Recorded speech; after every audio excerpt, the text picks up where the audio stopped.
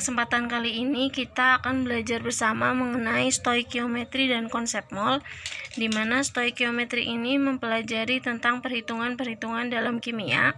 Sedangkan mol, apa itu mol? Mol merupakan satuan dalam kimia. Jadi mol itu seperti satuan lain, misalkan dalam fisika, dalam matematika seperti itulah. Kalau mol itu merupakan satuan dalam kimia yang ada hubungannya dengan jumlah partikel zat. Jadi dengan adanya mol kita bisa mengetahui beberapa hal. Yang pertama, kita bisa mengetahui jumlah partikel atau simbolnya X, kemudian massa simbolnya M kecil, volume simbolnya V besar, dan molaritas atau M besar. Kita bahas satu persatu. Untuk yang pertama, menghitung jumlah partikel. Jadi untuk menghitung jumlah partikel itu ada rumusnya. Rumusnya yaitu X sama dengan N dikali L, di mana X itu adalah jumlah partikel, kemudian N adalah jumlah mol, dan L adalah tetapan Avogadro, di mana tetapan Avogadro itu 1 molnya nilainya 6,02 kali 10 pangkat 23. Nah, untuk lebih memahami, misalkan di sini terdapat 1 mol H2O atau 1 mol air. Nah, misalkan ada pertanyaan, hitunglah jumlah partikel H2O dalam 1 mol H2O. Caranya gampang saja, berarti X H2O sama dengan N dikali L. N-nya berapa? Karena di sini 1 mol berarti 1 dikali L. L itu 6,02 kali 10 pangkat 23.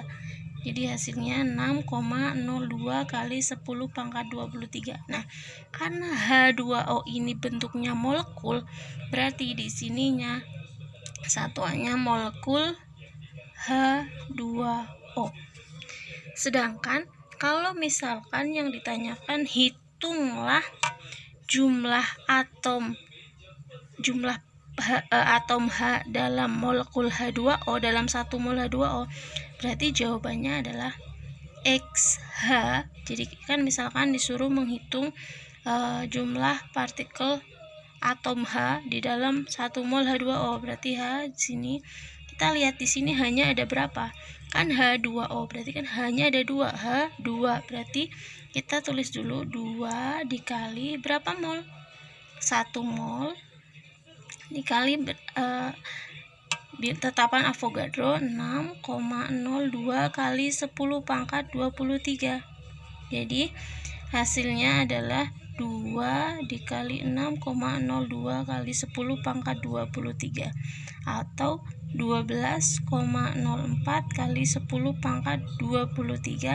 Nah, karena yang di sini yang ditanyakan adalah atom, berarti di sini satuannya atom H. Nah, jadi beda ya. Kalau misalkan yang ditanyakan berapa jumlah partikel H2O dalam 1 mol H2O, berarti jawabannya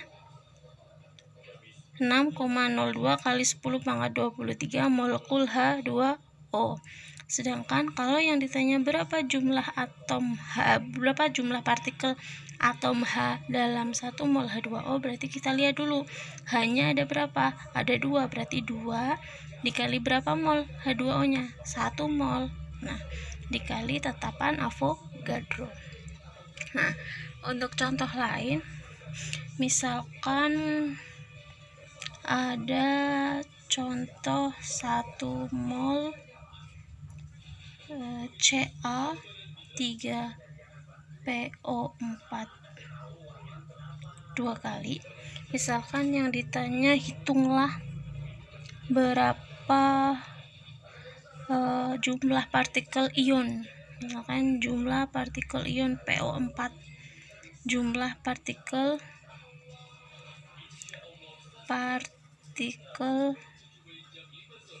ion PO4 3-min. Jadi ini kan kalau misalkan diuraikan, ini kan jadinya 3Ca2 plus 2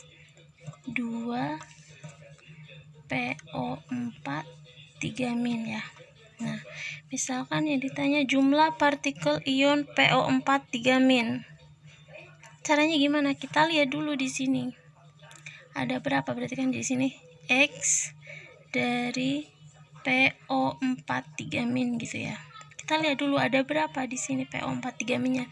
Oh, ada 2. Ini kan PO4 2 kali. Berarti kan ada 2. Berarti kita tulis dulu 2. Kita lihat jumlah molnya. Jumlah molnya berapa? 1 dikali 1 dikali tetapan Avogadro. Tetapannya 6,02 kali 10 pangkat 23. Hasilnya 12,04 kali 10 pangkat 23. Karena ini bentuknya ion, berarti ion PO4 3 min. Gampang. Yang kedua yaitu tentang massa, dimana massa ini ada rumusnya, yaitu rumusnya adalah N dikali AR atau N dikali MR, dimana sudah kita ketahui bahwa AR itu didapat dari mana? Dari tabel periodik. Jadi tiap atom itu dia punya AR. Apa itu AR? AR yaitu massa atom relatif ya. Jadi massa atom relatif ini bisa kita lihat di sistem periodik unsur. Nanti kalau sudah sering lihat, lama-kelamaan kita hafal. Kemudian MR itu didapatkan dari perhitungan AR. Nah, nanti kita lanjut ke contoh saja. Jadi massa itu rumusnya N dikali AR, di mana N itu adalah jumlah mol, sedangkan AR adalah massa atom relatif. Bisa juga massa itu dihitung dari N dikali MR. N itu jumlah mol dan MR adalah massa molekul relatif. Nah, contohnya gini, misalkan hitung massa dari 1 mol CH4.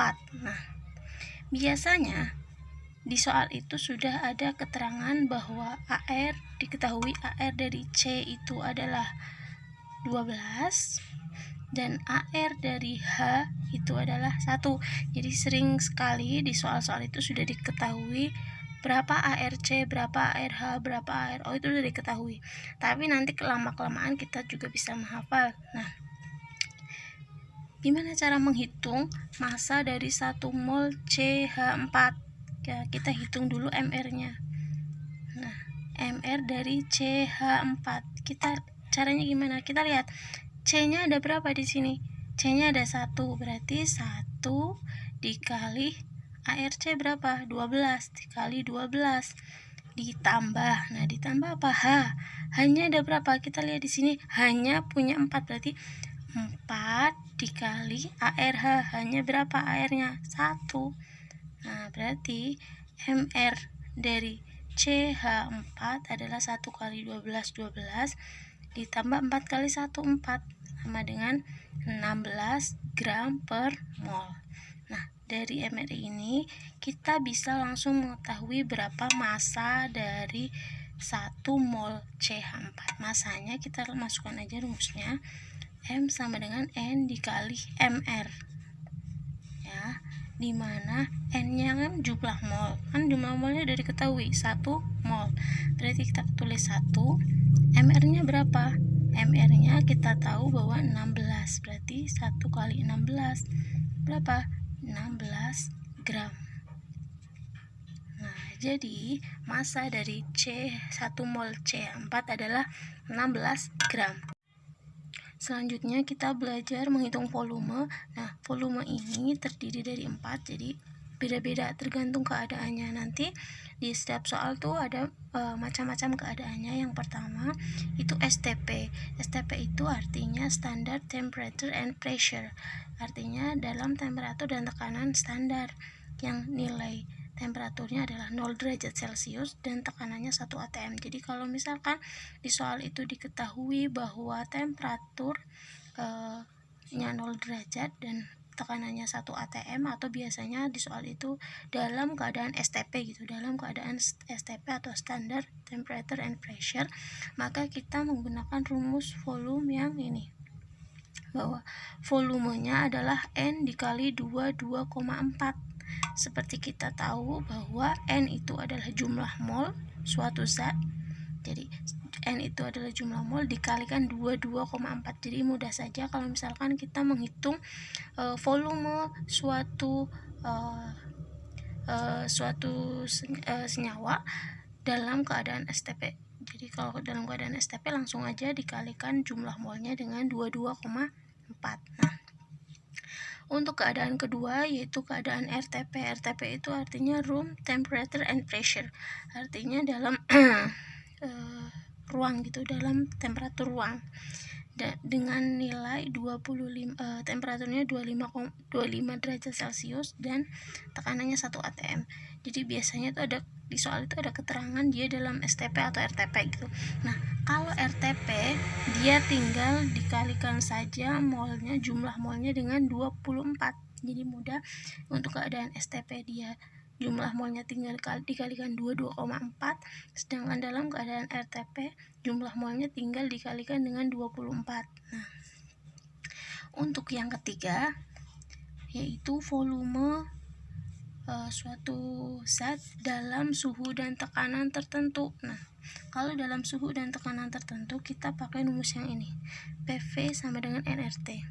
Jadi PV sama dengan nRT, di mana P adalah tekanan, satuannya atm, V adalah volume, satuannya liter, N adalah jumlah mol, T adalah suhu dalam satuan Kelvin. Jadi suhunya ini tidak dalam bentuk Celcius ya, tapi dalam bentuk Kelvin. Jadi kalau misalkan masih dalam keadaan Celcius tinggal ditambah dengan 273.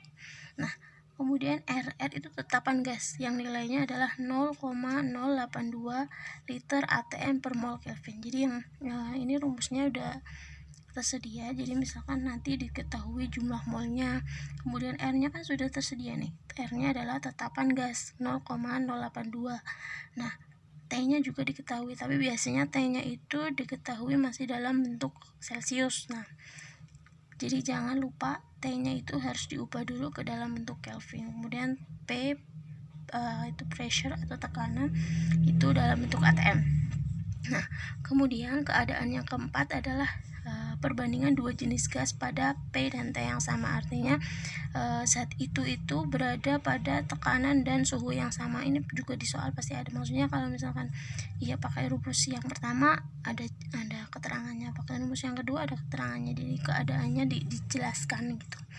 Jadi kita tidak akan bingung kita nanti mau pakai rumus yang mana. Nah, untuk keadaan yang keempat ini, jika dua gas itu berada pada P dan T yang sama atau tekanan dan suhu yang sama, maka rumus yang kita pakai ada rumus yang ini, bahwa V1 per N1 sama dengan V2 per N2. Ingat bahwa V itu adalah volume dalam satuan liter dan N adalah jumlah mol suatu zat.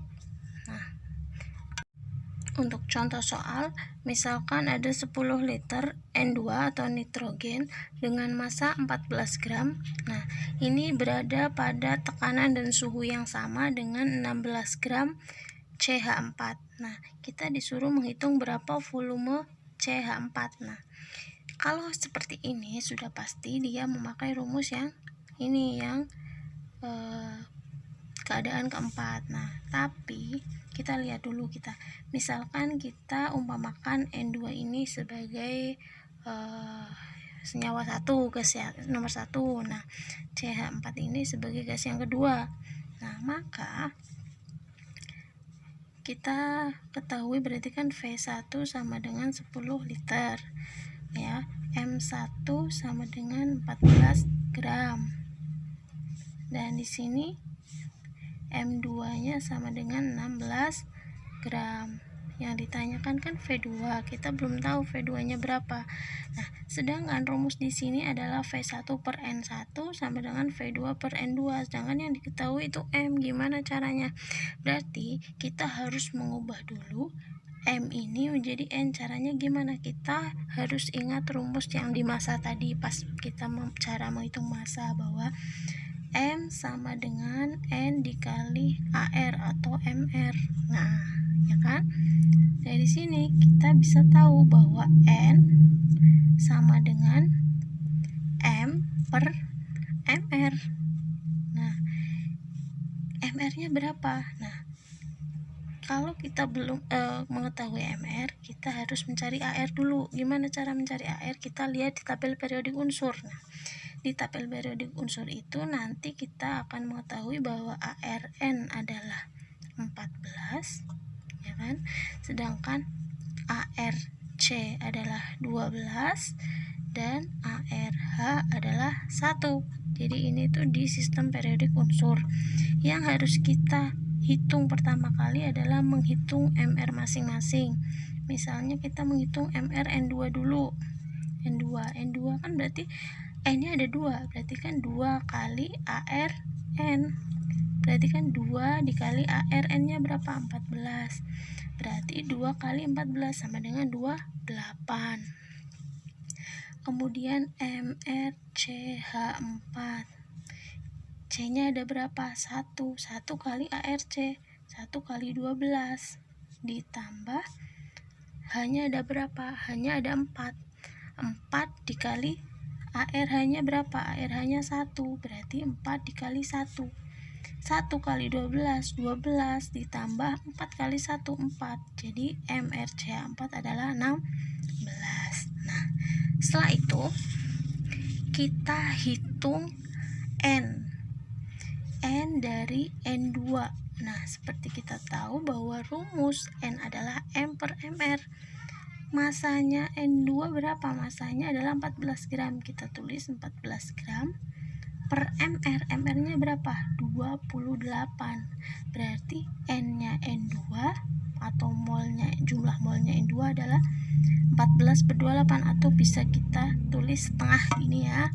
Kemudian kita tulis lagi cari N dari CH4. Rumus N adalah massa per MR. Masanya berapa?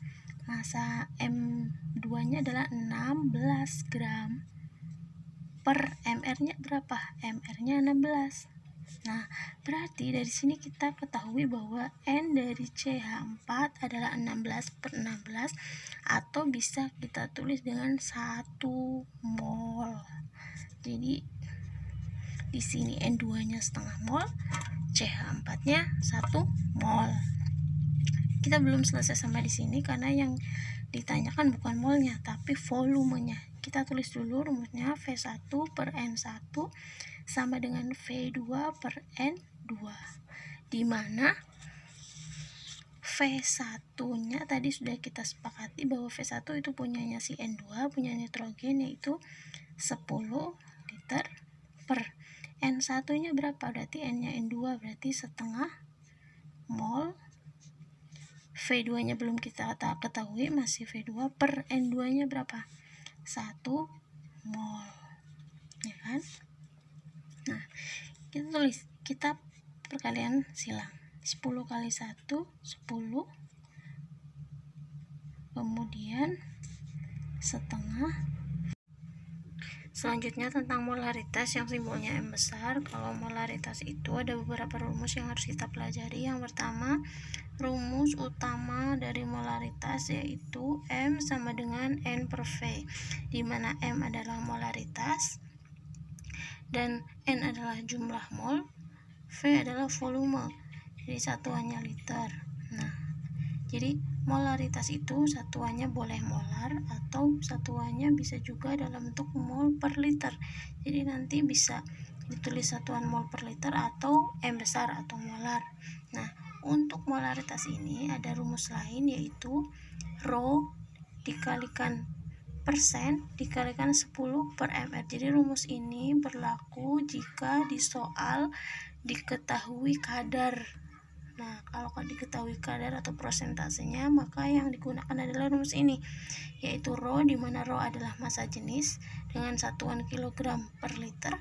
Kemudian persentase adalah kadarnya dalam persen. Jadi nanti jangan ditulis per 100 lagi ya, yang ditulis kadarnya aja. Misalnya 15%, yang ditulis 15-nya aja. Kemudian dikalikan 10 per mr. Mr itu adalah massa molekul relatif. Nah, kemudian jika molaritas pengenceran, artinya jika